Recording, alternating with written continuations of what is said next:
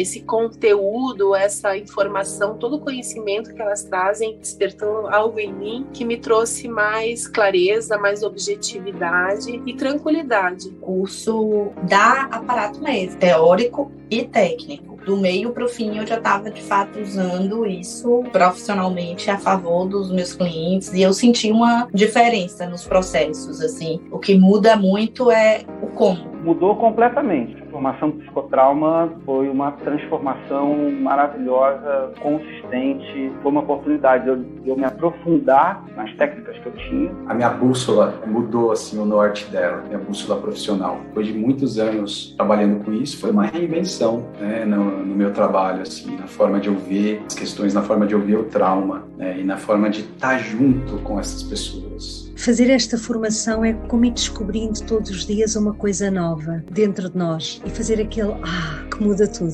Acho que tanto a Liana quanto a Cecília tiveram uma preocupação de fazer uma relação dessa base do entendimento do trauma com técnicas, objetivamente falando, e a utilização dessas técnicas no ambiente clínico, né, no ambiente terapêutico. Me tirou de um lugar óbvio, me fez ampliar meu olhar para essa demanda. E eu acho que meus pacientes hoje são muito mais beneficiados, porque eu tenho esse plus, assim, sabe? Eu acho. Modéstia à parte, eu acho que eu fiz a escolha certa.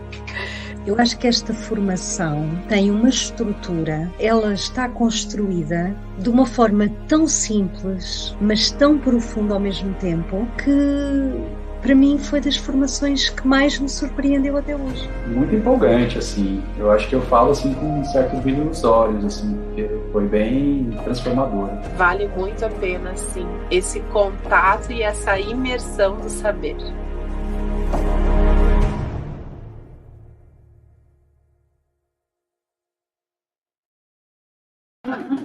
Uau, boa noite! Chegou o grande dia, então estamos aqui ao vivo, dia de janeiro, juntinhas, carne e osso. Só vou perguntar aqui para o pessoal se está tudo bem, avisem a gente no chat se o som tá bom, se a imagem tá boa. Estamos aqui nesse instituto maravilhoso, Afeto Revolucionário, Instituto Bio, com pessoas presencialmente, pessoas queridas, que vai fazer essa noite muito mais especial. Vamos falar muito de trauma, mas especialmente de afeto, de cura, de transformação, que é essa proposta linda que vocês acabaram de assistir, que é o psicotrauma. E, enfim, você, por favor. Liana Neto ao vivo, gente. Nossa, estou aqui com o coração quentinho, um sorriso que não consegue fechar a boca, mostrar os dentes. Eu estou muito feliz de estar aqui e muito agradecida dessa oportunidade de estar conversando com vocês, estar conversando com as pessoas que estão aqui também e poder encontrar uma forma de divulgar, não é só divulgar o curso, é divulgar ideias para que aquilo que vocês estejam escutando hoje possa ser alguma alavanca para a sua história. Falar sobre trauma sempre remete a gente a pensar na parte mais difícil da vida, na parte mais terrível, daquilo que nos quebrou, daquilo que nos machucou, e é fato, é verdade, isso realmente acontece quando a gente fala de trauma. A questão, tanto de Liana quanto minha, é que trauma não é só isso, né? Trauma tem muito mais reflexões, muito mais alavancas, muito mais possibilidades para todos nós, uma vez que não existe uma vida sem desafio, não existe uma vida sem trauma. A pergunta que me moveu ao longo da minha história para estudar trauma foi: é possível crescer, se desenvolver sem trauma? Como que eu faço para não ter trauma? E nessa linda caminhada, estudando trauma, até encontrar a Liana, a gente vai contar como é que essa história do psicotrauma aconteceu, que eu descobri que não existe vida sem desafio, mas é possível atravessar de um jeito melhor. E a gente está aqui para falar sobre isso, né? Muito mais de esperança do que de dor. E por que não as duas coisas juntas, sem precisar ficar elegendo ou A ou B? Então, muito boa noite! Essa é a nossa proposta. Você ia falar uma coisa? Deixa eu interromper. Não, assim, o que você está falando me faz trazer uma associação de que a vida transcorre dentro de muitos paradoxos e que a gente não quer entrar numa positividade tóxica de que não tem dor no trauma ou na traumatização. Não é sobre negar a experiência de dor, mas é sobre incluir na experiência de dor recursos que nos ajudem a não ficar fixados nela, recursos que nos ajudem a fazer travessias com ela, através dela, e para espaços que vão nascer dentro de nós através da dor. Quando a gente é obrigada a sobreviver e obrigada a fazer nascer dentro de nós recursos e potências que antes a gente não conhecia, para que sejamos capazes de sobreviver, esse nascimento, ele vai trazer benefício para a gente e benefício para as pessoas da nossa relação. Então, a gente pode reconhecer, sem a ideia de uma positividade tóxica, mas de um abraço entre esses dois paradoxos, de que existe algo que pode ser absolutamente desorganizador, absolutamente sobrecarregante da experiência traumática, mas não é apenas isso, é um abraço para as experiências desafiadoras, junto com as experiências reguladoras e potentes que vão nascer a partir desse desafio. E reconhecendo quem está chegando, entrando, aparecendo aí na tela, dando uma boa noite, reconhecendo que a gente está num grande grupo, pequeno aqui, dos afetos mais próximos presenciais, mas num grande grupo, num grande coletivo, que se soma a esse grupo, então que a gente possa se imaginar numa grande sala, onde quer que você esteja conectado aqui. A gente sabe que tem pessoas do Brasil inteiro assistindo a aula agora, pessoas de fora do Brasil. Então, a gente quer reconhecer esse tempo que você está oferecendo a si mesmo, para se empenhar nesse conhecimento, para se expor a esse conhecimento. E é um desejo de Liane e meu que, ao final dessa noite, algo faça sentido para você, que você leve. Né? Além de conhecer o psicotrauma, você possa, através desse tempo que você dedica aqui com a gente, você, poxa, eu não sabia sobre isso, isso fez diferença para mim. Então, a gente vai organizar a nossa aula em alguns atos, para ficar bem proveitoso. No primeiro momento, a gente vai trazer o conteúdo em si. A gente vai falar sobre o que é, como nasceu, como surgiu, vamos trazer um mito para relacionar esse conhecimento, fazer a exposição de todo esse conhecimento, fazer a exposição do psicotrauma, e num segundo momento a gente vai abrir para perguntas e respostas. A gente acha que é mais efetivo vocês conectarem aqui com a gente, assistirem a aula, anotar a pergunta, ao invés de ficar soltando um monte de pergunta no chat, porque senão a sua atenção se perde no chat e você não tem a oportunidade de aprender o que a gente vai demonstrar aqui. Então, anota se tiver uma pergunta, uma associação, um insight, e na hora que a gente fizer o momento das perguntas e respostas, aí o nosso foco inteiro vai no chat. O Rodrigo, que é o nosso moderador, que está cuidando da transmissão, vai colocando as perguntas na tela e aí a gente responde. Então, essa organização e o pessoal que aqui também está vai ter a oportunidade, se tiverem perguntas, de fazê-las. E aí, a gente encerra a nossa noite colhendo os louros, os tesouros, as pérolas. Por falar nisso, a gente pode começar com um mito muito importante de como é possível trabalhar com trauma para além dos mitos, né? Não um mito, no mito arquetípico, mas muitos mitos envolvem a palavra trauma. Eu preciso lembrar do que eu vivi, eu não lembro de nada, então eu não tenho trauma. E se eu não lembro, eu trabalho como que eu processo a experiência, como que eu curo trauma, eu tenho como apagar o trauma. Esses são os mitos, não o mito, né? Então a gente vai começar com um mito, com um jeito arquetípico, um jeito simbólico de olhar para trauma.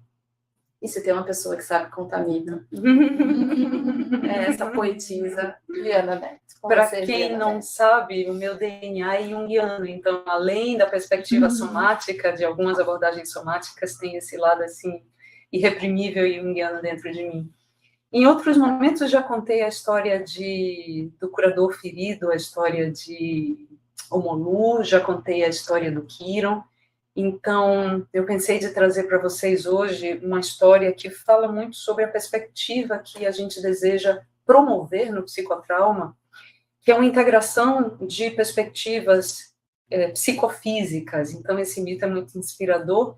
É um mito egípcio de Ísis e Osíris. Conta a história que Osíris era um grande rei e que, sobre o reinado dele, as pessoas se sentiam muito vistas, muito respeitadas. Mas ele tinha um irmão que tinha muita inveja de toda essa popularidade que Osíris tinha e tentava de todas as formas usurpar o reino dele, o trono dele. Então, quando ele não conseguiu mais nenhuma outra estratégia, ele resolveu matar Osíris e dividir ele em muitos pedacinhos. Esses pedacinhos ele espalhou por todo o Rio Nilo. E Ísis, quando ficou sabendo disso, Ísis é a mulher dele, a consorte dele, ela ficou chocada, desesperada, e ela saiu com todo o amor, com toda a dedicação, fazendo a coleta desses pedacinhos ao longo do Rio Nilo. E junto com Anubis, que é o xamã, metade bicho, metade gente, o que é um componente importante para a gente refletir acerca desse mito, foram os três. Ísis com seu amor e Anubis com a sua porção instintiva animal e a sua porção humana, cortical, racional, remembrando os pedaços fragmentados de Osíris. Com essa alquimia, Osíris é capaz de voltar à vida, não mais como ele era.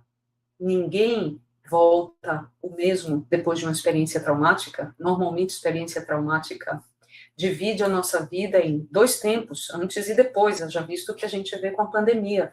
Ninguém mais vai contar a vida sem incluir, isso foi antes da pandemia ou depois da pandemia. Então, à medida que Osíris volta a ter essa potência de vida, ele não se torna mais aquele reinante solar que pode ocupar o espaço terrestre, mas ele se torna o Deus que transita entre os submundos. E ele é capaz de fecundar Ísis, que vai ter um filho, mas conta a história que Sete, o irmão de Osíris, nunca desiste de ter o reino, de adquirir esse trono. Então, até hoje, eles brigam pelo trono, o filho de Ísis e Osíris e Sete, e conta a história que quando Sete ganha, o caos impera na vida. Tempo de pandemia, por exemplo. Quando o filho deles ganha o trono, é quando a paz se estabelece, e isso nos conta que a vida ela é feita para se mover ritmicamente entre organização e desorganização, entre caos e ordem, entre ruptura e reparação, entre pandemia e pós-pandemia. Então, esse mito nos ensina acerca dos ritmos, nos ensina acerca desse tripé, dessa estrutura de reparação do trauma, que implica em um ato de amor. O processo terapêutico é, antes de tudo, um ato de amor. Não existe um processo terapêutico que seja desapaixonado. Não existe um processo terapêutico efetivo que não seja afetivo. É na humanidade que todas as nossas fissuras podem encontrar espaços de reparação. Então, o processo terapêutico, como um ato de amor, é um ato de conexão entre a humanidade.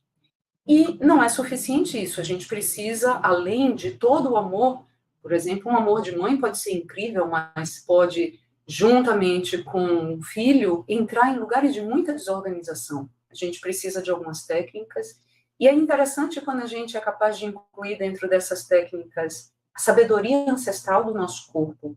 Esse lobo que o chacal, que o Anubis, o xamã, traz, né, a cabeça de lobo, representa esse lado instintivo dentro de nós. Representa essa força que nós herdamos da evolução da vida. Se a gente pensa que a vida, desde quando ela nasceu, da condição unicelular até hoje, a complexidade e diversidade que compõe todos os seres, a gente pode reconhecer que existiram momentos muito dramáticos de extinção da vida em massa na Terra. 5 hecatombes. A propósito, estamos nos direcionando para uma sexta, se não dermos um freio na forma como a gente lida com a relação com todas as outras formas de vida. Mas, a cada momento em que a vida se extingue, ela renasce com mais complexidade e mais diversidade. E aqueles que renascem são os herdeiros daqueles que foram hábeis em sobreviver. Então, nós somos os herdeiros dessa força de sobrevivência e adaptação. Nós trazemos esse chacal em nós. Nós trazemos essa sabedoria ancestral em nós.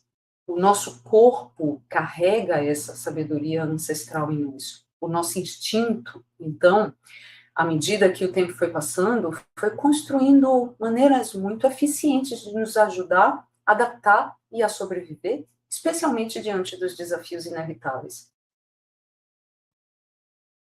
Além do chacal, tem do animal, do lobo, tem também o humano, a cognição que nos representa. Nós somos seres humanos com habilidade de linguagem, de abstração, de racionalização, e isso é muito importante também para que possamos dar significados àquilo que a gente vai viver.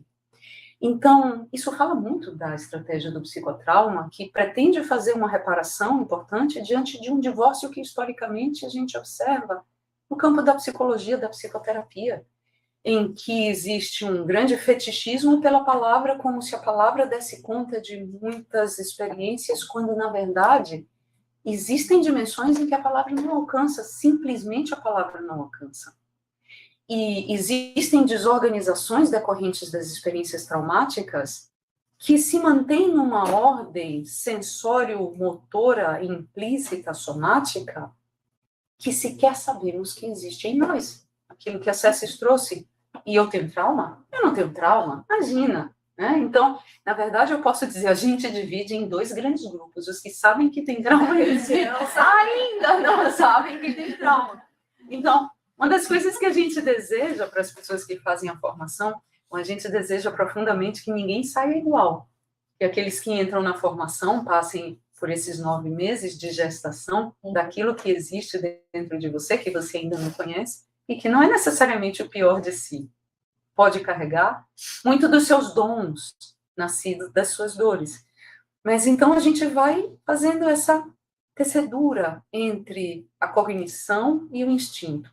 E só para finalizar, a ideia que o mito nos traz, que o grande caminho de reparação não consiste necessariamente em relembrar ou recontar tudo o que eu vivi, mas essencialmente em remembrar, em reparar as rupturas, as fragmentações que a vida foi nos trazendo, seja dentro do nosso sentir, dentro da experiência do nosso corpo, seja na relação com as outras pessoas, seja na relação com o ambiente.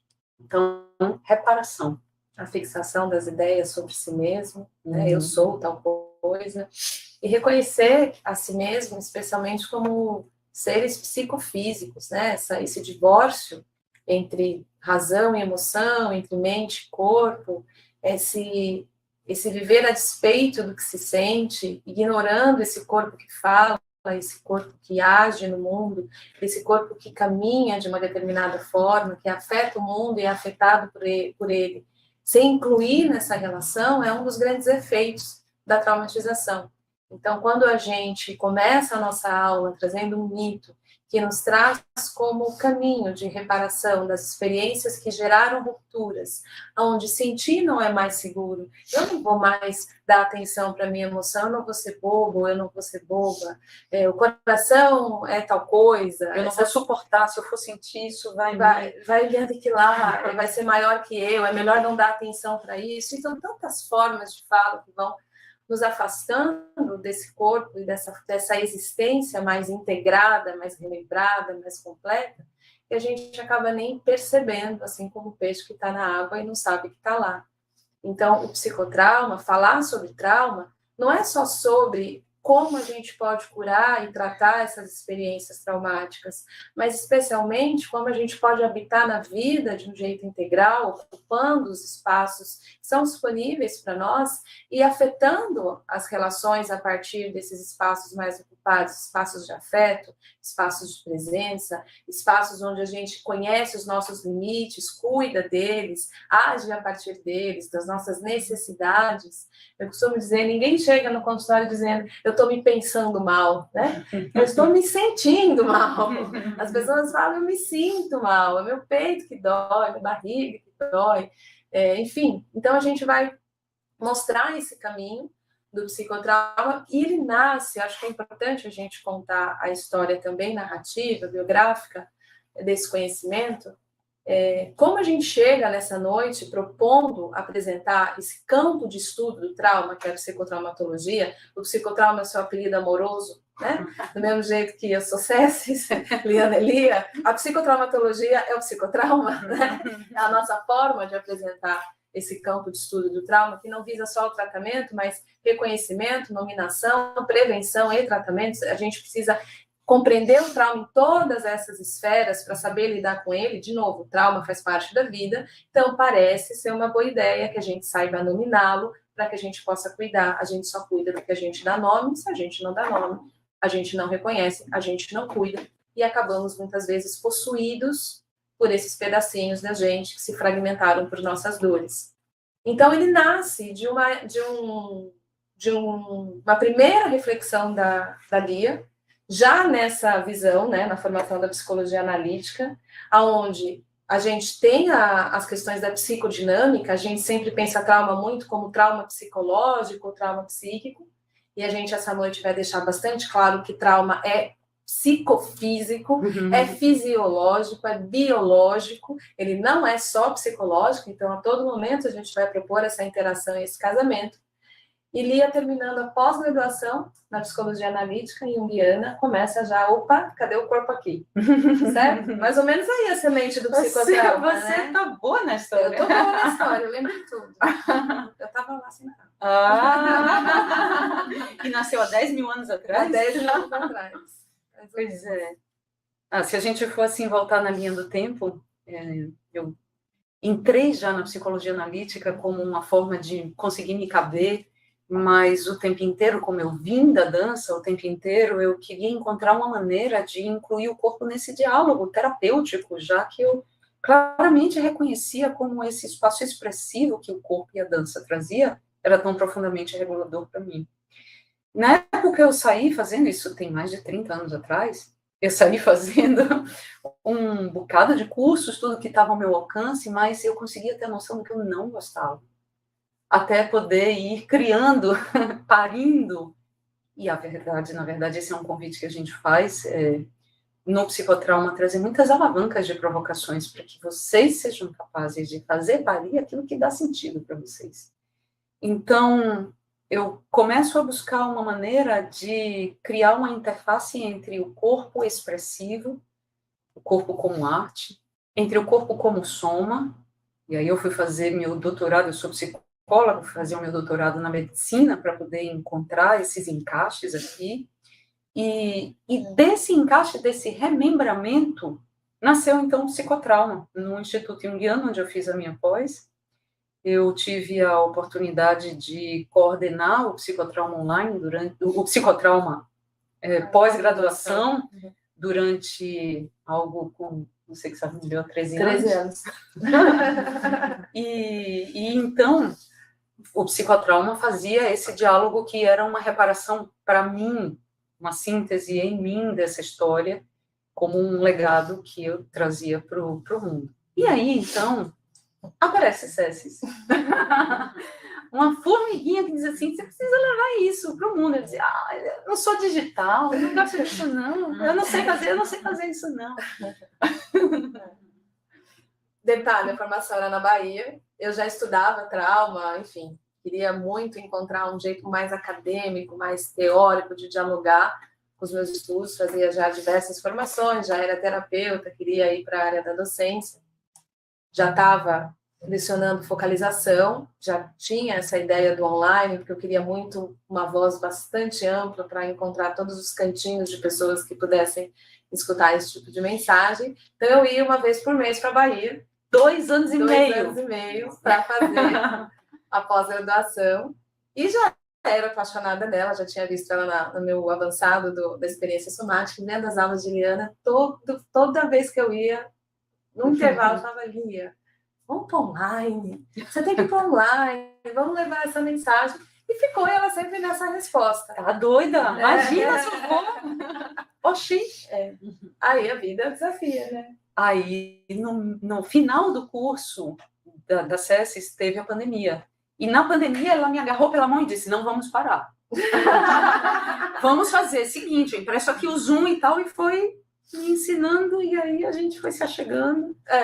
Tirei para dançar, ela não resistiu. Não, irresistível. Essa Silvia Santos assim, é irresistível. Me tira para dançar.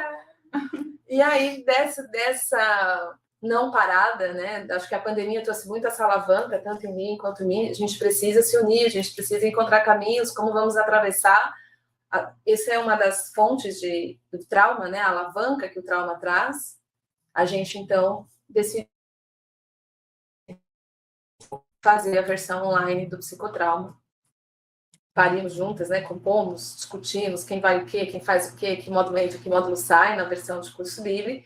E desse lugar nasce o psicotrauma. Online, né? Então, aí a pós-graduação, a última turma foi em 2021, né? Da pós-graduação, que iniciou, está se formando esse ano. A gente eu me tornei docente lá também, né? Da psicotraumatologia lá no Instituto Jungiano. E aí nasce o psicotrauma. Mas veja que a todo momento a gente está falando aqui dessa forma que a gente está apresentando esse conhecimento em cima de pressupostos, que são formas que nos atravessaram. Então a gente gostaria de conceituar um pouquinho, né? Principalmente para quem está chegando hoje, conhecendo o que é psicotraumatologia, seja o psicotrauma como curso, essa história que vieram atrás, o mito que trouxemos. É importante a gente dar alguns nomes dentro dessa visão que a gente trabalha na psicotraumatologia. Então, a primeira coisa que eu acho importante da gente contar como conteúdo agora, né, o famoso papel e caneta na mão, vamos lá, vamos estudar. Trauma, a primeira ideia que se vem na mente é eventos de ordem do extraordinário, da ordem do trágico, que criaram essas rupturas e essas divisões em nós, e costuma-se dizer, eu tenho trauma se eu vivi tais e tais experiências. Mas se eu olho para a minha biografia, para a história da minha vida, e eu não tenho esses eventos que são trágicos, imensos, como, por exemplo, ter ido para uma guerra, ter passado por um desastre natural, um sequestro, um estupro, algo de muita violência, uma perda inesperada, eu olho para trás e nada disso aconteceu, primeira conclusão, eu não tenho trauma. Né? E é uma coisa que se tem, né? Eu tenho ou não tenho. Então, o trauma é uma entidade, um evento, que eu tenho ou eu não tenho. Essa é a primeira ideia que costuma se ter de trauma. Por isso, o equívoco de muitas pessoas, os dois grupos, né? Os que se dividem. Eu sei que tenho trauma, eu não sei que tenho trauma, né? Então, essa primeira ideia é uma ideia mais antiga. Segunda ideia, eu não lembro de nada, então não deve ter acontecido nada de tão ruim, né? Estou vivo, estou funcional, estou na vida, normal, sou um pouco ansioso ou ansiosa, mas não tenho trauma. Segundo equívoco, apoiado numa memória declarativa, narrativa. E a terceira ideia equivocada sobre trauma, se eu estou vivo e não morri, significa de novo que não foi tão grave assim. Já esqueci. Isso foi há 20 anos. Isso foi há 10 anos. Meu pai me batia, mas não era tão ruim assim. Normalizações e legendas equivocadas sobre as experiências vão fazendo o quê? Nublando e colocando capas de entendimento sobre o que é trauma, deixando diversas experiências que deixam marcas, comportamentos, funcionamentos, pensamentos, crenças, adoecimentos, perda de saúde, sem os seus nomes devidos e, consequentemente, sem os cuidados devidos e, consequentemente, sem a prevenção necessária. Então, uma vez que trauma não é esse evento específico de ordem do extraordinário apenas, que, claro, tem o potencial de gerar traumatização, o que é traumatização, dona Liana? Entendeu? Só introduzo. Então... eu fiquei aqui com 5 caminhos para desenvolver, mas eu penso que talvez seja interessante, antes de trazer uma resposta mais óbvia, não tão óbvia, trazer uma resposta histórica. A nosologia do estresse pós-traumático é uma nosologia relativamente recente, ou seja, quando o estresse pós-traumático ele foi reconhecido como uma categoria de transtorno mental. Ele data de 1980, então foi ontem isso, muito recente. E até então, a traumatização era algo que nos atravessava, mas não era reconhecido. Os efeitos do trauma, as consequências do trauma não eram reconhecidas. E nesse momento, então, se entende que trauma é o resultado de coisas assim extraordinárias, ir para a guerra, sofrer experiências que realmente muito difícil seria sair ileso desse tipo de experiência que gerou imenso medo, ameaça a vida própria ou de outras pessoas. À medida que os estudos científicos sobre trauma e estresse pós-traumático foram avançando, chegando agora na última edição do Manual Diagnóstico e Estatístico, que é uma grande referência tanto para os estudos científicos quanto para a clínica, a gente está reconhecendo que o resultado da traumatização decorre não apenas de situações episódicas, como estupro, como um acidente de carro, como testemunhar uma morte violenta, mas o efeito de traumatização pode decorrer de situações especialmente que acontecem ao longo do nosso desenvolvimento, e que são não episódicas, mas situações pervasivas, contínuas, que vão nos fazendo perder essa habilidade de reconhecer o antes e o depois do trauma, e vão se imiscuindo na nossa personalidade, criando uma maneira baseada no trauma de definir nossas bases identitárias, quem nós somos, como nos sentimos, como nos definimos, como percebemos o mundo, como somos capazes de nos relacionar com as pessoas. E esses são os elementos mais nocivos ainda da traumatização. Então, outro conceito importante, a primeira grande eureka que eu gostaria de trazer aqui é essa noção. A traumatização não é consequência apenas da exposição a um evento episódico. Pode ser uma consequência da exposição a eventos estendidos no tempo, especialmente, mas não exclusivamente, quando esses eventos acontecem ao longo do desenvolvimento. Um outro aspecto importante para a gente considerar acerca da traumatização é que estar exposto a uma situação potencialmente traumática não é suficiente para defini-la como uma situação que gera traumatização. Porque existem estudiosos do campo do trauma e do campo do crescimento pós-traumático que vão nos mostrar fatores intervenientes, fatores intermediários entre a exposição ao trauma e os desfechos que podem resultar dessa exposição, os quais nós vamos chamar de fatores de resiliência. Então, quais são os fatores de proteção? Fatores que, diante de uma mesma situação, dois indivíduos expostos a uma mesma situação, uma pessoa pode desenvolver uma traumatização com sintomas diversos que não se restringem a transtorno de estresse pós-traumático. Depressão, por exemplo, pode ser uma consequência da exposição a um estressor traumático.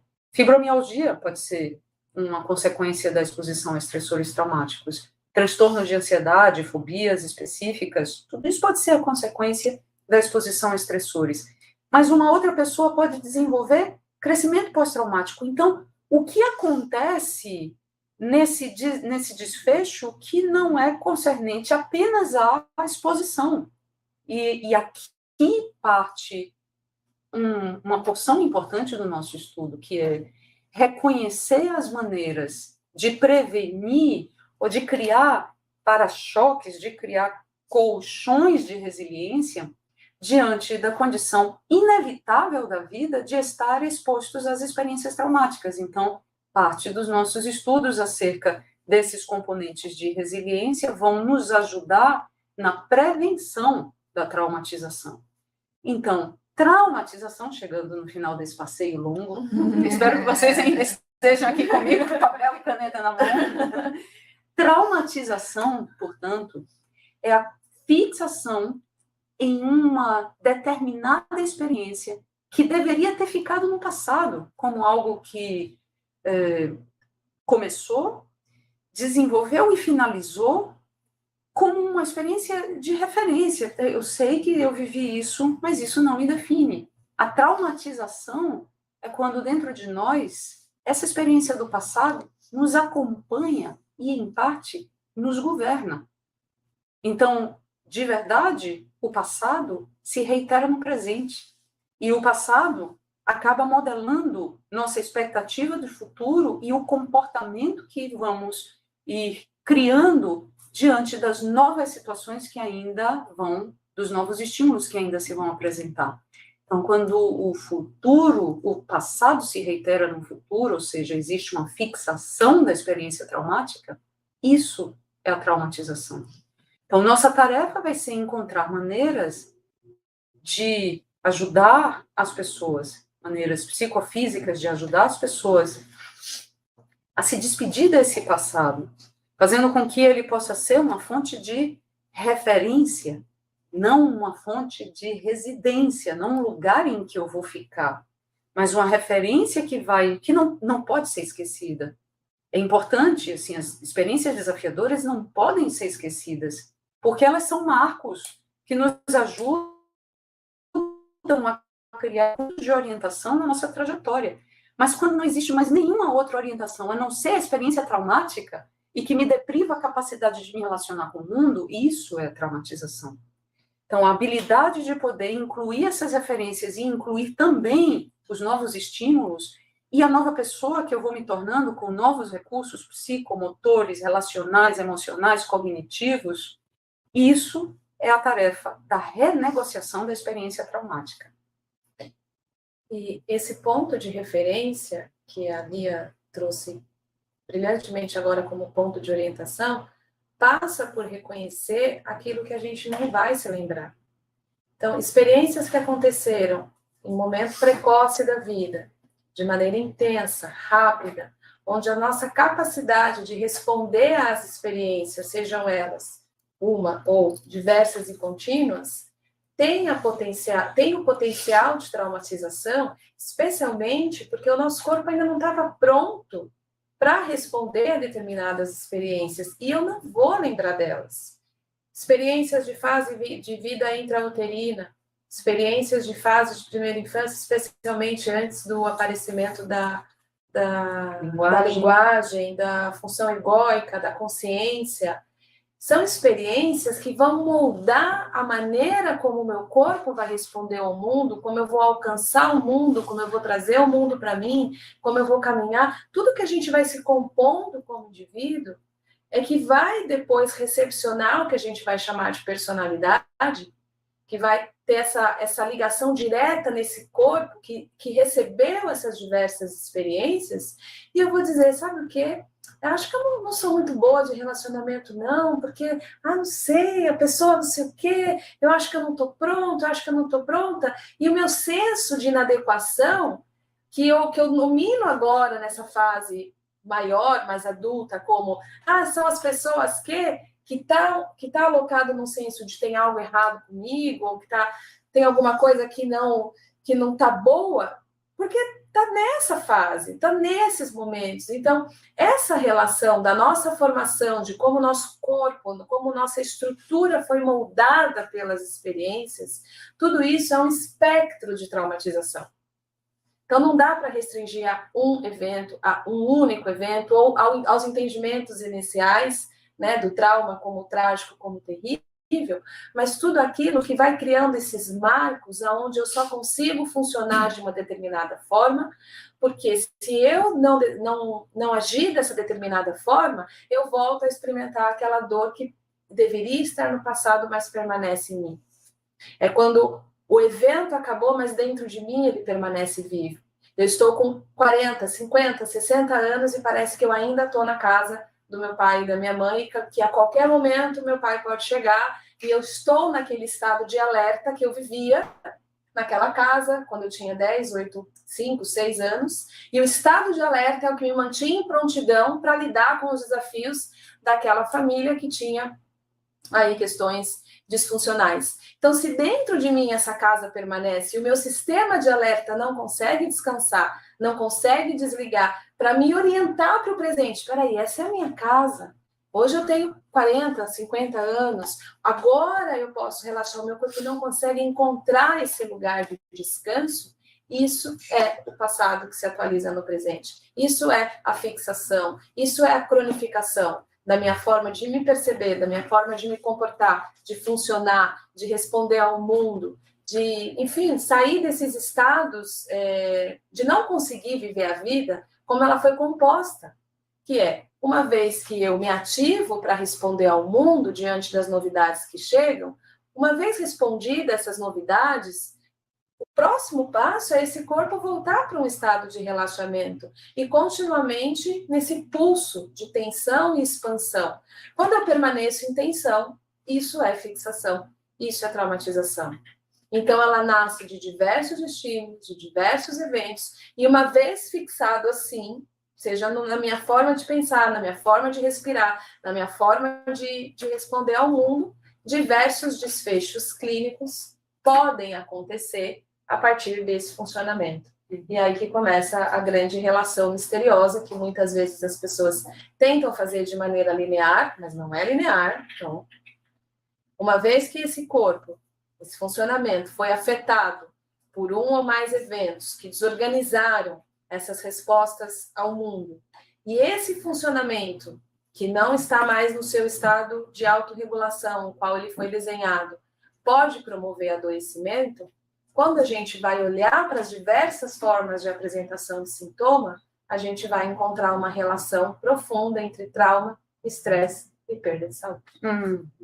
Então, colocando um post-it aqui no que você falou, assim, um highlight no que você falou, a gente não precisa lembrar do trauma cognitivamente para que o trauma exerça uma força de possessão sobre nós. Miticamente, já que a gente começou, na minha compreensão, a imagem dos fantasmas. O que são fantasmas? São aquelas entidades que ficam mortas-vivas, não têm corpo, mas também não descansam na sua história do passado, e que vão gerando, nesse lugar de limbo, vão gerando efeitos de possessão. Então, muitas vezes, os traumas que se estabelecem numa memória implícita, seja porque eles aconteceram num tempo tão precoce que ainda não existia a possibilidade de organizá-los de uma forma autobiográfica numa memória declarativa, seja porque eles foram tão intensos, tão devastadores, que para tornar tolerável, para sobreviver, nossa psique soma fez um recorte deles e colocou eles embaixo do tapete. Embaixo desse tapete, os fantasmas vão, de vez em quando, na calada da noite, aparecer e nos possuir. Então, esses elementos que estão estruturados nessa ordem sensório-motora são precisamente os elementos traumáticos que maior força de possessão exercem sobre nós, criando essas sentenças generalizantes que a gente não sabe muitas vezes de onde vem, mas tipo, eu não confio nas pessoas, as pessoas não são confiáveis, não adianta o que eu faço, eu nunca consigo fazer algo certo. Então, sentenças generalizantes em que a estrutura cognitiva, os significados atribuídos a essas experiências têm a sua fundação em uma ordem implícita e absolutamente sensório-motora somática. Então, já que a experiência de traumatização é uma desorganização da nossa condição neurobiológica e que se expressa numa distorção cognitiva, como um iceberg, que tem aqui no topo do iceberg aquilo que está visível na superfície da água, uma distorção cognitiva. Mas ela tem a fundação nessas estratégias sensório-motoras. Então, para lidar com a traumatização e os seus efeitos, não é suficiente trabalhar apenas numa ordem cognitiva. Aliás, não apenas não é eficiente, como pode ser inclusive danoso, porque ninguém fala sobre um trauma desapaixonadamente. Quando a gente fala, por exemplo, sem buscar o trauma da sua vida, mas pense em um momento em que você se sentiu irritada nessa última semana, uma situaçãozinha em que você se sentiu um pouco irritado. Quando você lembra, quando você traz as imagens, se você fosse me dizer esse momento, o que você sente agora no seu corpo só de pensar? O que acontece com a sua respiração? O que acontece com o tônus do seu corpo? O que acontece com a sua expressão facial? Então, o nosso corpo ele vai o tempo inteiro dialogando conosco. Portanto, falar sobre a experiência traumática pode ser uma maneira de reforçar os circuitos neurais disfuncionais, reconsolidar as memórias traumáticas associadas a medo.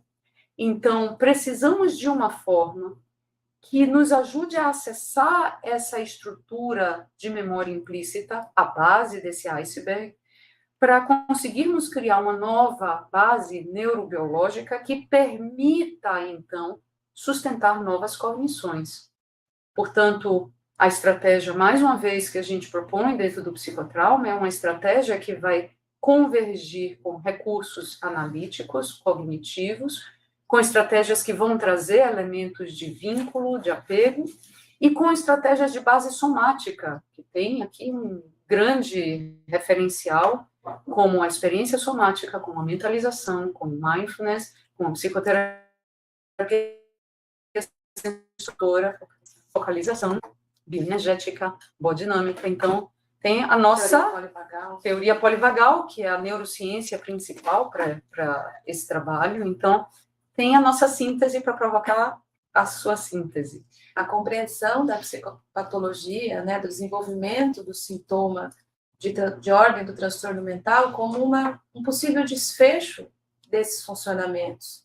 Muitas vezes se olha para o adoecimento mental, para as doenças de apresentação dos transtornos mentais, como a causa, sendo ela o desfecho desse funcionamento que nasce a partir da ruptura do funcionamento da autorregulação do nosso organismo. Então, quando a gente começa a dialogar com essas estruturas, quando a gente começa a apoiar esse corpo a retornar para o seu estado de autorregulação, começando a liberar esse estresse acumulado, essas experiências que não se liberaram, não permanecem no passado. Regular o eixo HPA. Regular o eixo HPA.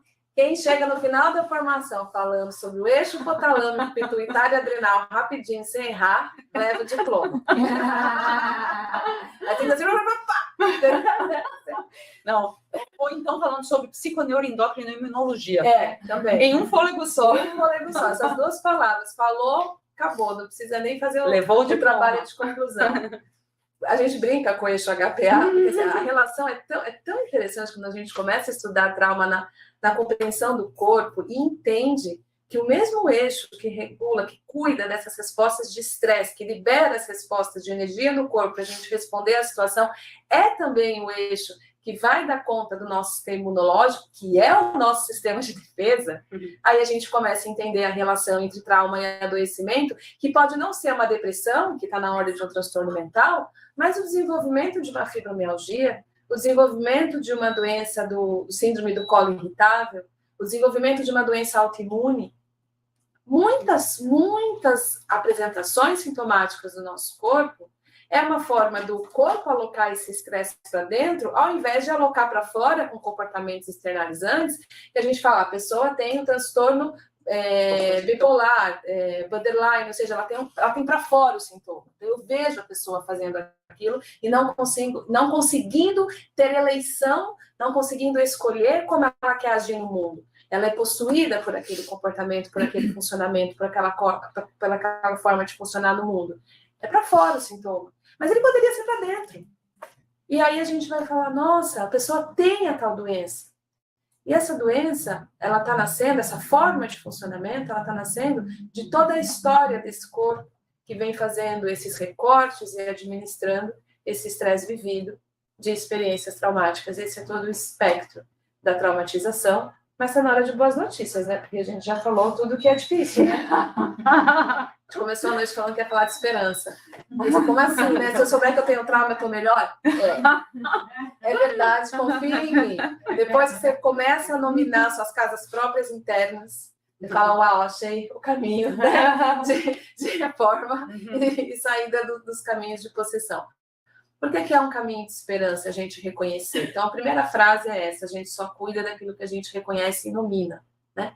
Se eu acredito que tudo que eu vivi lá no passado e vejo efeitos no meu presente, né? Se está tudo bem, está tudo bem. Mas eu vejo que eu não consigo eleger meus comportamentos, que os meus pensamentos me possuem, minhas emoções me possuem. Acho normal ter uma ansiedade crônica, acho normal repetir histórias na minha vida que me machucam.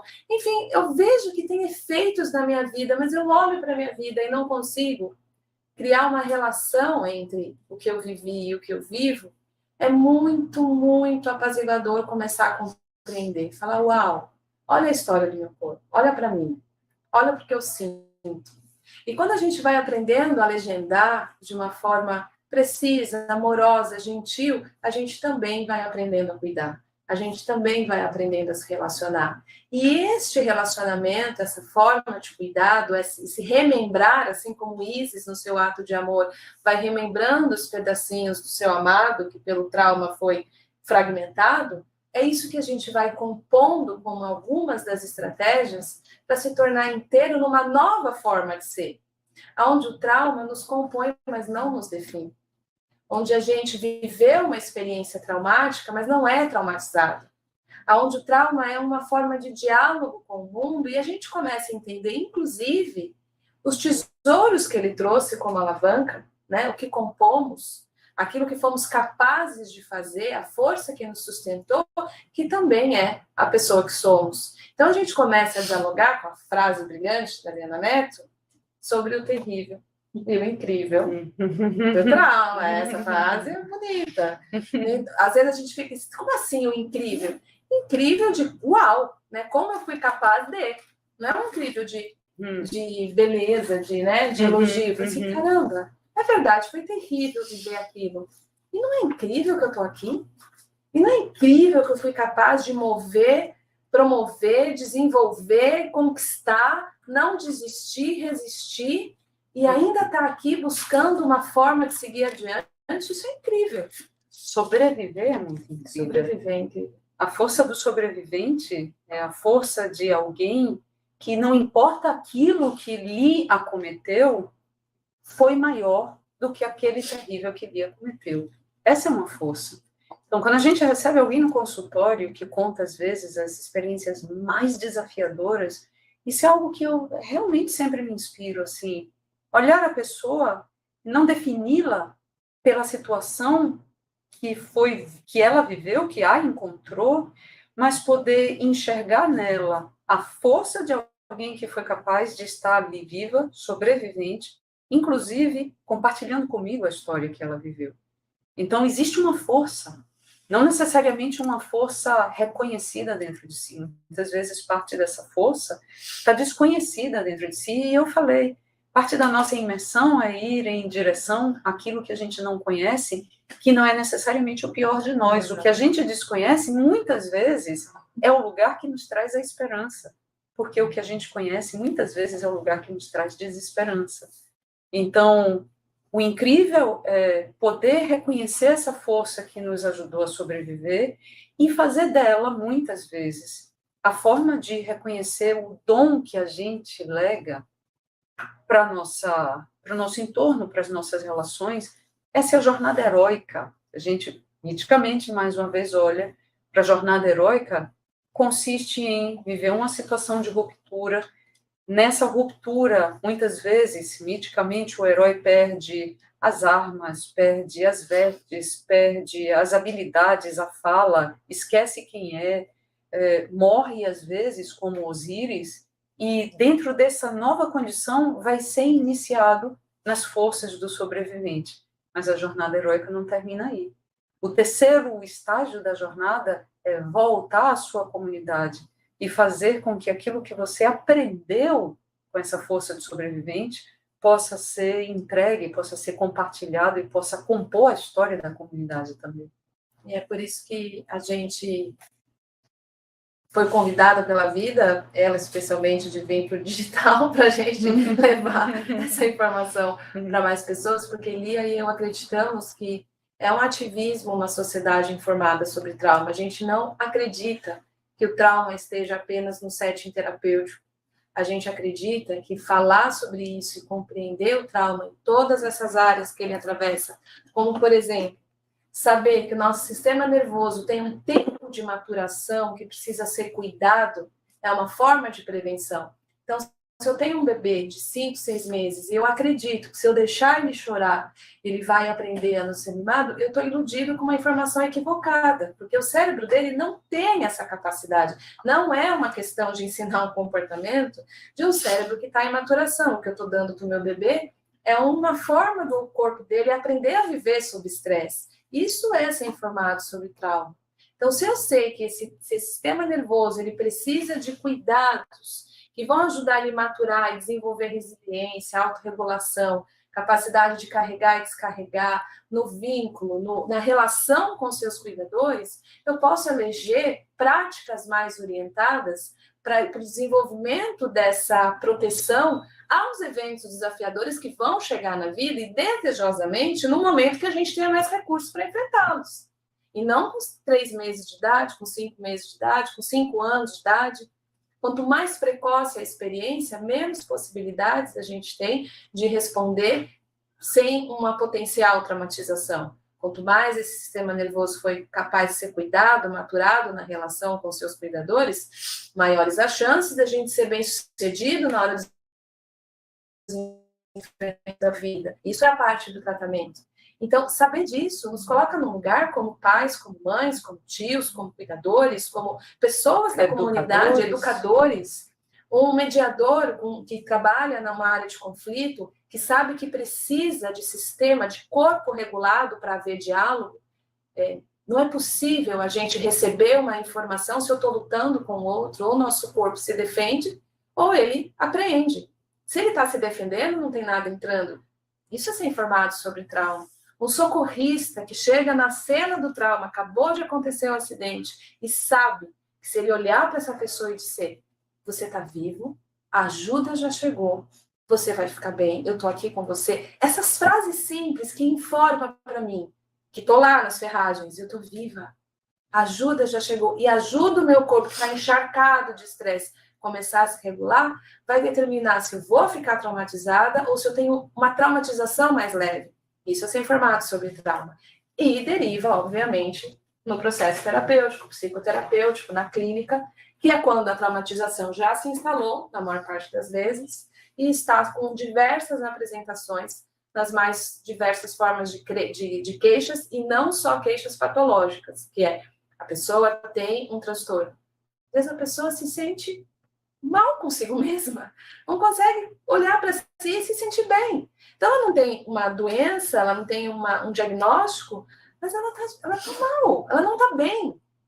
Isso está dentro desse diálogo. A disfunção vem pelo que ela não tem, precisamente. Pelo que ela não tem. Uma ausência de sentido, uma ausência de conexão com a vida. Então, os sintomas negativos, essa falta de sentido de prazer, propósito de vida, senso de conexão, assim como os sintomas positivos, que são ansiedade, angústia, irritabilidade, agitação psicomotora, né? Então, são todas categorias de sintomas que podem estar presentes. Então, falar sobre trauma e uma sociedade informada sobre trauma, para nós, é um ativismo, é uma forma de compreender, é uma mensagem importante. A gente vai falar agora do psicotrauma em si, mas, se não me engano, o Rô tem antes aí um videozinho para a gente ir para essa parte. Tá certo, Rô? Quero agradecer profundamente a vocês duas e toda a equipe de suporte que a gente sabe que está aí por trás. E como vocês bem trazem, né, essa frase, foi essa frase que me capturou no podcast que eu ouvi seu, Liana, né? O terrível e incrível do trauma, né? E quando cheguei aqui, eu digo, meu Deus, como é que alguém, né, consegue falar de coisas tão impactantes de uma forma tão amorosa, tão acolhedora, tão vinculativa, de uma profundidade, de um ressignificar tão grande para todos nós, eu imagino, né? Então, é gratidão profunda por esse grande útero de vocês duas, que nos nutriu durante esse período inteiro, né, saio realmente muito mais fortalecida e com um olhar muito mais generoso para mim e para todos aqueles que eu recebo. Profunda gratidão, de verdade.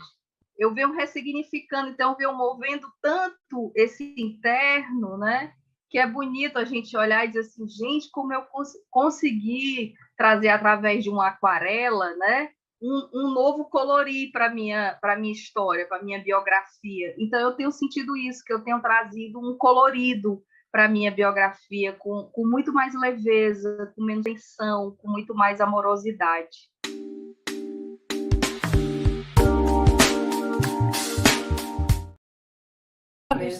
É, muito bonitinho, né? A gente tá babando aqui.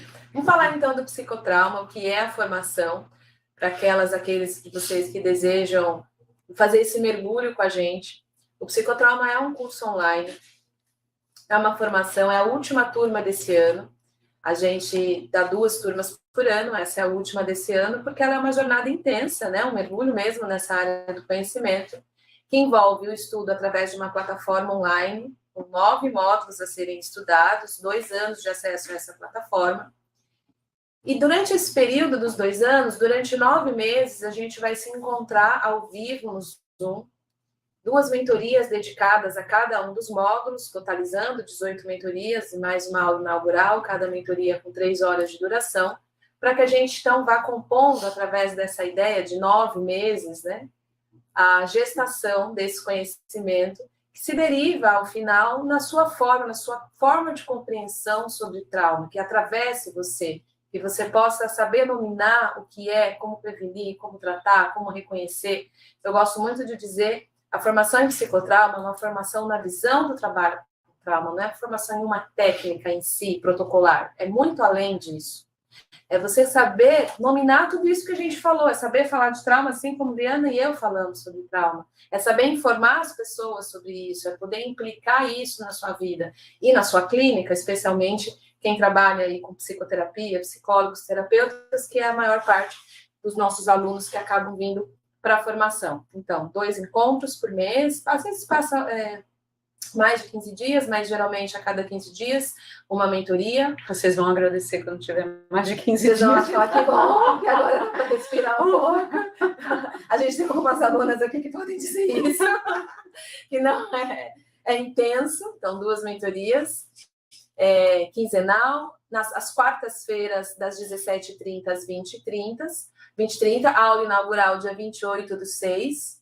Nessa aula inaugural, a gente tem uma aula de 1h30 para a gente fazer aí o aporte, né, para essa grande jornada. Então, fora a aula inaugural, mais 18 mentorias, a cada módulo estudado, a gente vai avançando até chegar no trabalho de conclusão do curso, que pode ser entregue ao final dos 2 anos aí de formação. Deixa ele ir passando, né, que eu estou vendo ali me guiando. Não sei se...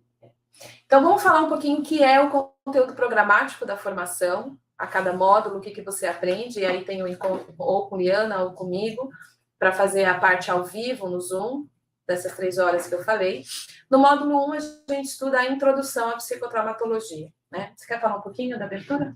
Ok, a gente vai fazer exatamente essa contextualização de como o diálogo ele pode incluir a reparação desses 2 dinamismos de funcionamento, corpo, mente, arte, e vamos então ter alguns insights, inclusive pela neurobiologia, pelos estudos de neurociência, através dessa restauração, dessa tapeçaria entre a dimensão psíquica e a dimensão somática. Módulo 2. Fundamentos da psicologia somática. Vamos trazendo um mapa para que a gente possa se guiar na navegação do sistema nervoso e com a teoria polivagal, principalmente, então nos ajudando a reconhecer todas as linguagens que o nosso corpo, para além da função voluntária de comportamento, vai oferecendo para que a gente possa ter um olhar terapêutico baseado na atividade do sistema nervoso. No módulo 3, a gente vai estudar os fundamentos para além da técnica, fundamentos e técnicas de atendimento. É muito comum, quando a gente vai trabalhar terapeuticamente, a gente olhar para o que a técnica é capaz de fazer ou promover, principalmente no funcionamento e no entendimento de medicina, que o nosso trabalho é eliminar sintoma ou fazer sintoma desaparecer. Quando a gente trabalha com trauma, a gente já falou isso aqui, a nossa função tem muito mais uma atitude de integração, de fazer aquilo caber em nós, o que não foi possível caber em nós, de tão grande que pode ter sido a experiência. E para que isso seja possível, a gente precisa refletir quais são as atitudes, quais são os olhares, quais são os fundamentos que norteiam as técnicas que vão ser eleitas para que esse trabalho seja possível. Então, nessa primeira tríade, como são 9 módulos, o módulo 1, que é a introdução, fundamentos da psicologia somática, fundamentos e técnicas, a gente cria toda a pavimentação para, então, começar a construir estratégias e raciocínios para a recepção das experiências traumáticas. Que nos leva para o primeiro módulo, pensando numa técnica que eu acho que eu gosto, Eu acho que eu gosto dessa. Eu tenho uma certa queda, assim, quase que um tombo por essa técnica, que é a focalização. A gente, então, começa o diálogo, pensando um pouquinho mais em estratégia, em caminhos, uma introdução à focalização, sendo a focalização um recurso terapêutico que buscou olhar, que torna um processo psicoterapêutico bem-sucedido. Fez uma pesquisa de larga escala procurando essa resposta, e a resposta dessa pesquisa foi o diálogo com o corpo, saber reconhecer esse corpo que fala. Então, não poderia faltar, né? Porque a todo momento a gente quer casar a mente e corpo. Nós somos casamenteiras aqui, gostamos de engravidar, né? 9 meses de gestação. Engravidar, parir. Então, casou mente e corpo, a gente está lá no psicotrauma. Módulo 5. Módulo 5, a gente vai começar a trazer ferramentas para a sua caixinha do trabalho com trauma. Então, vamos refletir acerca de limites, pele de dentro, pele de fora, exercícios de agressividade, então, estratégias de orientação, recursos que vocês podem começar a integrar dentro das ferramentas que vocês já têm, e novas ferramentas a gente espera também, para começar a se preparar para esquentar o caldeirão, porque no módulo 6, a gente começa a trabalhar precisamente com temas de trauma de choque e os efeitos de trauma de choque. Então, a gente vai trabalhar com diferentes categorias de choque, mas a gente também vai trabalhar com efeitos de choque, como trabalho com estados dissociativos, trabalho com lutos complexos. Então, trabalho com experiências que incluem ordens diversas de violência, violência física, violência psicológica, violência sexual, e esse é um módulo que já começa realmente a convidar vocês a integrarem todas essas ferramentas que a gente veio construindo, veio pavimentando, então já vai ser uma aplicação mais específica do uso desse equipamento que a gente veio construindo. Aprendendo a reconhecer e nominar, né? Acho que cada vez mais saber reconhecer e nominar é um dos grandes aprendizados, né? Isso finaliza a segunda tríade, né? Sintomas psicossomáticos também, né? Como resultado da exposição a traumas. E a gente abre a terceira e última tríade, no módulo 7. Em que a gente vai fazer um passeio gostoso. Esse é um módulo, tipo assim, vamos colocar um cinto de segurança, se preparar para o último trimestre de gestação, e a gente vai incluir alguns recursos analíticos para fazerem companhia aos recursos somáticos, então, recursos simbólicos, analíticos, vocês vão ter um olhar para o trabalho com sonho, trabalho tanto simbólico quanto um pouco de neurociência do sonho, trabalho com imaginação ativa, abordagens junguianas, trabalho com mitos, trabalho com alquimia, então vocês vão ter um pouco dessas ferramentas analíticas, que são, na verdade, diferentes linguagens que nos dão acesso ao mesmo lugar, ao mesmo espaço desse inconsciente somato-onírico, somato-simbólico, e nos ajuda a encontrar de dentro de nós aquilo que a gente ainda não conhece.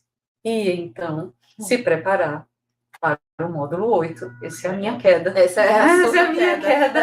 Trauma e desenvolvimento. Eu costumo dizer que não é a gente que escolhe o trauma que escolhe a gente. Então, eu chego no trauma por essa experiência. E esse é um grande diálogo em que a gente vai fazer um passeio por perspectivas analíticas de apego, por diversos aportes de abordagens somáticas, procurando compreender, especialmente que os fenômenos de traumatização de uma criança, muito diferente do que foi concebido lá nas abordagens psicanalíticas, não é um atributo da criança, mas é um atributo do meio em que a criança estava sendo maturada no seu desenvolvimento. Então, vamos conhecer um pouco do ciclo saudável de desenvolvimento, para que a gente tenha um norte na nossa bússola. Não basta apenas tratar a doença ou o trauma, mas é importante saber o que promove saúde, porque parte da nossa tarefa em trabalho psicoterápico vai ser, muitas vezes, um trabalho de reparentalização, ou seja, de oferecer para um adulto os estímulos necessários, os treinos de habilidades necessários para recapitular as habilidades que ficaram disfuncionalmente treinadas ao longo da nossa história de desenvolvimento. Então, é um módulo normalmente bastante tocante. E aí a gente termina com o módulo 9, que é o módulo que nos convida a fazer um passeio pela psicopatologia, especialmente a psicopatologia que pode ser melhor respondida com um tratamento de base somática, e que, nesse momento pós-pandemia, se torna super importante a gente entender, porque estamos agora na fase da epidemia na saúde mental. Agudização dos sintomas de ansiedade, de transtorno de estresse pós-traumático e de depressão, num nível realmente preocupante de saúde pública. Então, a gente vai trazer aqui algumas técnicas que podem ajudar a encontrar esse sofrimento psíquico com a intenção de que, com essas ferramentas, sejamos capazes de mais apoiar a função de autorregulação e menos requerer o uso da farmacologia, da psicofarmacologia. A gente não tem nada contra a psicofarmacologia, pelo contrário, agradecemos muito quando não existe outra via de tratamento, senão através do suporte medicamentoso, mas ter apenas o suporte medicamentoso como primeiro esquema de tratamento é muito pouco para uma sociedade que está adoecida de uma forma tão significativa. Então, ter recursos relacionais, somáticos e autorregulatórios para lidar com o sofrimento psíquico é super importante. E aqui a gente termina a nossa jornada, hora de parir. Hora de parir. E mais um videozinho antes do... Eu acho que esta formação tem uma estrutura, ela está construída de uma forma tão simples, mas tão profunda ao mesmo tempo, que para mim foi das formações que mais me surpreendeu até hoje. Porque é da simplicidade e da organização, a forma como ela está organizada, esse cuidado de responderem, esse cuidado de estar atento ao aluno, essa organização toda também dos módulos, o mito associado a cada módulo, está maravilhosamente organizado.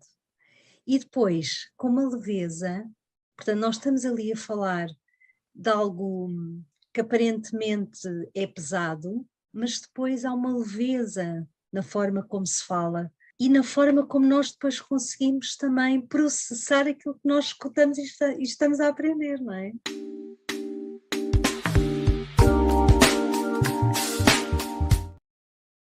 Tem duas coisas muito importantes que ela contou aqui para a gente nesse vídeo.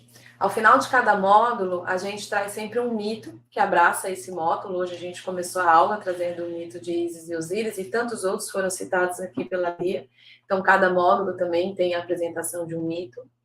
E uma biblioteca, uma pequena biblioteca de indicação de referências, de artigos, livros, vídeos, filmes, que apoia a matéria daquele módulo. Então, faz parte de cada módulo todo esse material.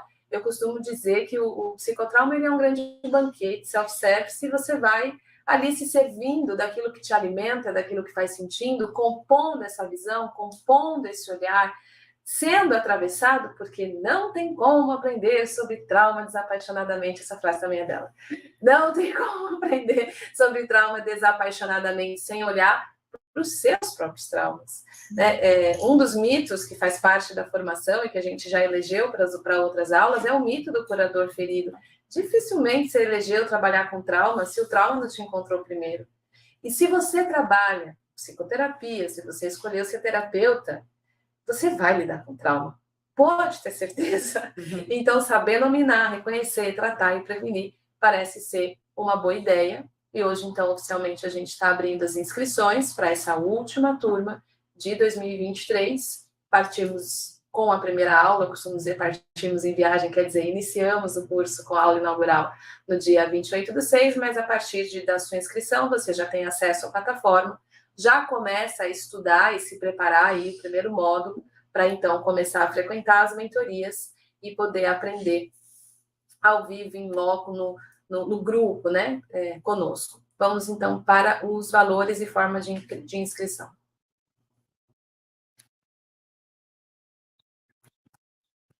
O valor da formação, investimento são 12 parcelas de R$ 599,70 ou R$ 5.997 à vista, com desconto.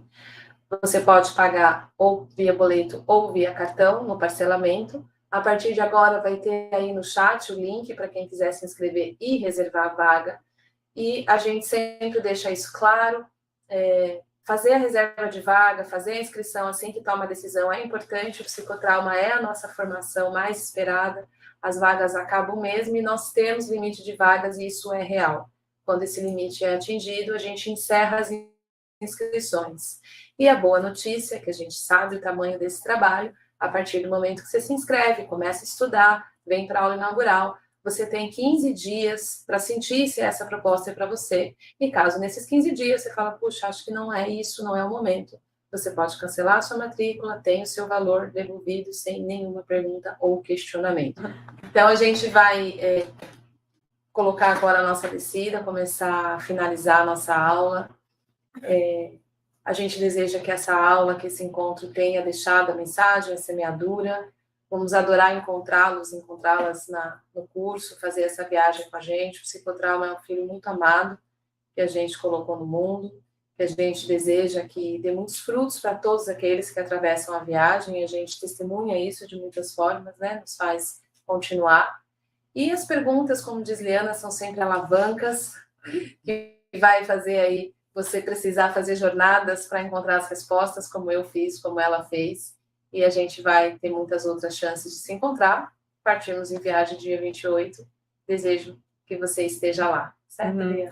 Certíssimo. Muito obrigada pela companhia de quem esteve aqui, de quem estará aqui. Muito obrigada por vocês. Muito obrigada.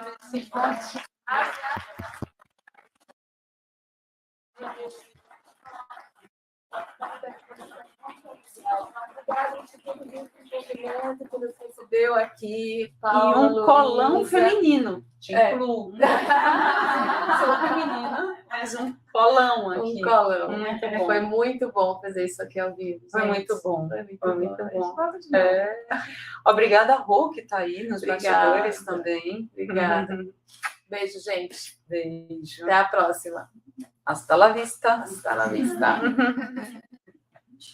Queria falar para vocês um pouquinho sobre a minha experiência com a formação Psicotrauma Online. Eu sou fisioterapeuta, minha primeira formação, e há mais de 20 anos eu busco formações ligadas à psicologia, à educação somática.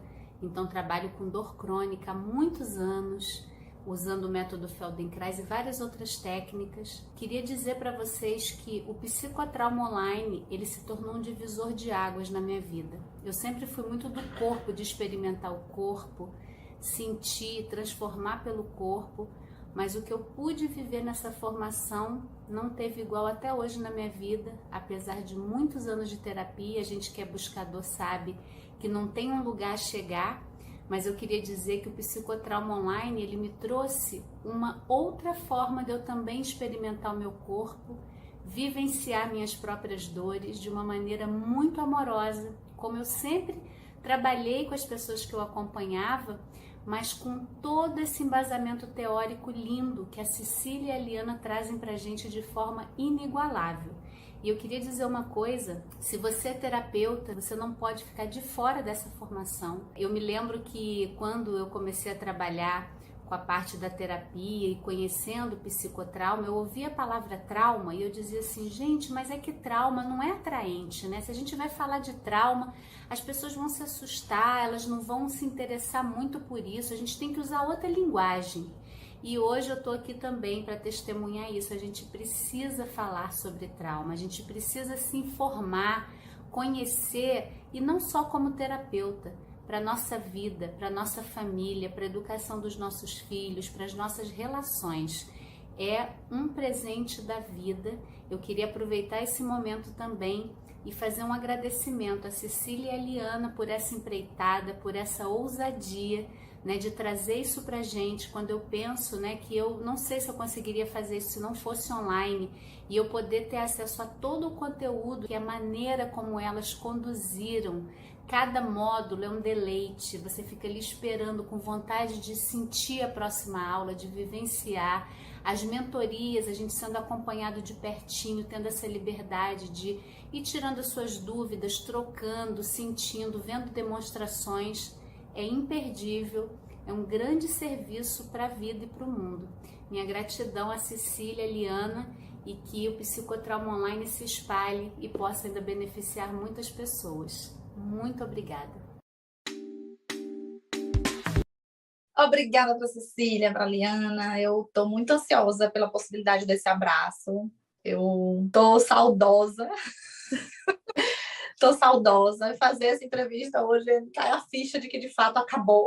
Então, por um lado é muito bom. Acabou, mas eu conquistei algo, então que bom. Mas por outro lado, eu tô saudosa dos encontros, eu tô saudosa de ouvi-las, eu tô saudosa de aprender com elas. Não precisa acabar, eu posso continuar aprendendo de outras formas. Mas agradecer, assim, eu quero agradecer imensamente por elas terem aberto a possibilidade de fazer um curso tão profundo de maneira online. Eu precisava que fosse nesse momento. Eu peguei no momento certo, eu comecei no momento certo, no momento que era para ser. Então, obrigada mesmo pela entrega, pela organização, pelo cuidado com a gente, pelo cuidado com as referências. O tempo inteiro elas se fazem presentes no grupo de WhatsApp. Todas as referências muito cuidadosas, de livro, de artigo, de vídeo, de filme, de tudo. A gente fica com muito material também para depois. Ela tem muito material, então tem coisa aí que eu não cheguei ainda nem a abrir, porque é muita referência. O que é básico a gente vê, mas tem muito além do básico que elas indicam. Então, é agradecer. Minha gratidão eterna por esse aprendizado, por ser parte dessa formação. E agora eu me sinto parte desses terapeutas que têm o legado de fazer reparações poderosas na vida das pessoas. Isso me orgulha muito.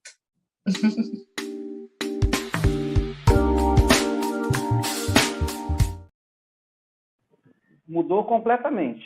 A formação do psicotrauma foi uma, eu não diria revolução, que eu acho que eu já estava muito identificado assim, com as profissionais que dão psicotrauma, mas foi uma transformação maravilhosa, consistente.